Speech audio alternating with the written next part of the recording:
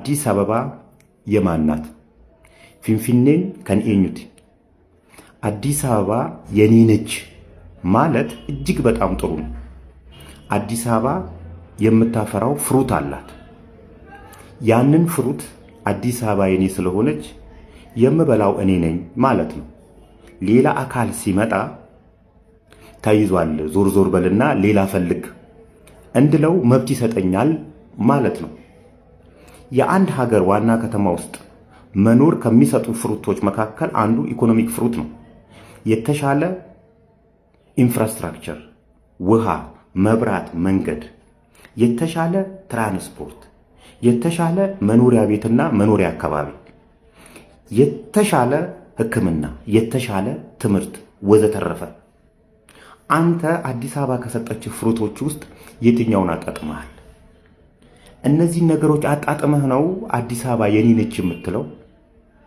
አንተ ወደ ስራ ስትሄድ የመጨረሻውን የታክሲ ሰልፍ የተሰለፍክ ወጣት አዲስ አበባ የማን ናት? አንቺ በቤት ኪራይ ናላሽ የሚዞር የአዲስ አበባ ነዋሪ አዲስ አበባ ግን የማን ናት? የትምህርት ቤት ክፍያ መክፈል ያቃታችሁ ወላጆች አዲስ አበባ የማን ትመስላችኋለች? ኩላሊትህ እንዲቀየር ተነግሮህ በገንዘብ እጦት ምክንያት በበሽታ የምትሰቃይ አባት አዲስ አበባ ግን የማን ናት? ይሄንን መልሱልኝ። እንግዲህ አዲስ አበባ 130 ምናምን ዓመት የኢትዮጵያ ዋና ከተማ ሆና አገልግላለች። 33 ዓመታት ደግሞ የኦሮሚያ መቀመጫ ሆና አገልግላለች። የኦሮሚያ ክልል ዋና ከተማ ነችና የኦሮሞ ነች ማለት ነው። የየትኛው ኦሮሞ? አርሲ ውስጥ በአንድ አህያና በአንድ በሬ የሚያርሰው አባቴ ወይንስ እኔ አዲስ አበባ ገብቼ በቤት ኪራይና በትራንስፖርት እጦት ናላ የሚዞረው የየትኛው ኦሮሞ ነች? አዲስ አበባ የአማራ ነች? የትግሬ ነች? የየትኛው ብሔር ነች? አዲስ አበባ ፍሬዋን የቀመሱ ሰዎች ነች። ነገም ከነጎዳም የነሱ ሆና ትቀጥላለች እንጂ አዲስ አበባ የኔ ነች በማለት ያንተ አትሆን። ፍሬዋን መቅመስ ያስፈልጋል። ትሩፋቷን መቋደስ ያስፈልጋል። ስለዚህ ስራ፣ የሰው አትመኝ፣ ሀገርህን አትስረቅ። በደምህ በላብህ ስራና አዲስ አበባን ያንተ አድርጋት። ከትሩፋቷም ተቋደስ።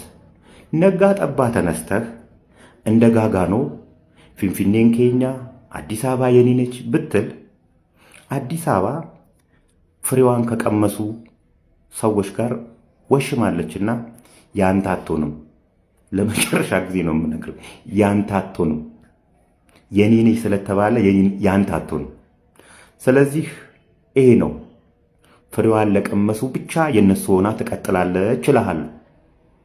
ሌላኛው ሰሞኑን ሊተደረገ ያለ ምክክር ነው። እኛ ኢትዮጵያውያን እንደ ድል ሆኖ ብዙ የማንግባባባቸው ነገሮች አሉ። በተለይ ይሄ የ1964 ትውልዶች ያወረሰን የደም ውርስ ብዙ እንዳንግባባ አድርጎናል። ይህን አለመግባባታችን ለመፍታት በጥይት ተሟከርን፣ ብዙ ደም ተፋሰስን፣ አልተቻለም። ስለዚህ በመመካከር ደግሞ እንሞክረው እስቲ፣ መፍትሄ ካመጣ ማለት ነው። ጫካም ያሉት ኑ፣ የተለያዩ ጥያቄ ያላችሁም ሰዎች ኑ፣ ቁጭ ብለን እንነጋገር ማለት የተቀደሰ ሐሳብ ነው። ምክክር ኮሚሽኑም የተቋቋመበት ዋና ዓላማ ማንኛቸውም አካል ያለውን ሐሳብ ይዞ ይምጣ። ኢትዮጵያ የምትባለው ሀገር ስሟ ይቀየር ያለም ሁሉ ሰው ነበር እኮ አይደል? ይምጣ፣ መብቱ ነው። ቁጭ ብለን እንነጋገርበት። የተግባባንባቸውን ነገሮች ለፓርላማ እናቀርበው። ካጸደቀ ያጽድቀው፣ ካላጸደቀ ይቀራል ማለት ነው። ስለዚህ አዲስ አበባ የኔ ነች፣ ምክክር አያስፈልግም ከምትሉ ቁጭ ብላችሁ ነገያችንን ብናስብ፣ ራሳችንን በኢኮኖሚ ብናደረጅ የተሻለ አዲስ አበባ ትኖረናለች፣ የራሳችን የሆነች እንጂ እንደ ጋጋኖ ቀን ከሌሊት አዲስ አበባ የኔ ነች በማለት የኛም የምትሆን አይመስለኝም።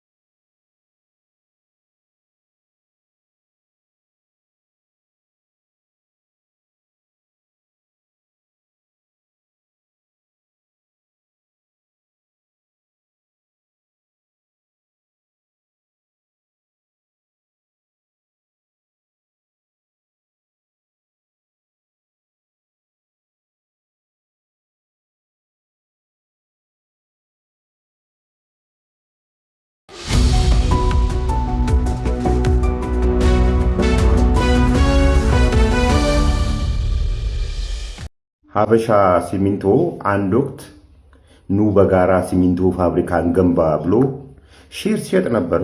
ብዙ ኢትዮጵያውያንም ሼር ገዝተዋል። ነገር ግን እስካሁን ድረስ አራውንድ 10 ዓመት አልሆነው። እስካሁን ድረስ ጠቅላላ ጉባኤም እንዳላረጉ ትርፍና ኪሳራቸውንም እንደማያውቁ ነው ያለውና የት ነው ያለኸው ካለህ አቤት በል። አሊያንስ ትራንስፖርት የሚባል ነበረ አዲስ አበባ ላይ፣ እነዚህ ቢጫ ባሶች ማለት ነው። እነሱ ራሳቸው ሼር ሆልደሮቹ ሼር ከመግዛት ውጪ ይኑር ይሙት ትርፍ ይሁን ኪሳራ ይሁን የሚያውቁት ነገር የለምና እናንተም እስቲ አቤት በሉ። ወሊን ትራንስፖርት ይሄም የት እንደሄደ አይታወቅም። ኤደን ውሃ፣ አክሰስ ሪል ስቴት፣ ጎጆ ብሪጅ፣ አሸዋ ቴክኖሎጂ፣ ጃኖ ባንክም የሚባል ነበረ እና እስቲ የምታውቋቸውን ሼር ሸጠው ይኑሩ ይሙቱ የማይታወቁ ካምፓኒዎችን ጻፉልኝ። ቢያንስ እናስታውሳቸው፣ እንዳረሳ ነው እናስታውሳቸው። ካላችሁ ግን አቤት ብትሉ መልካም ነው።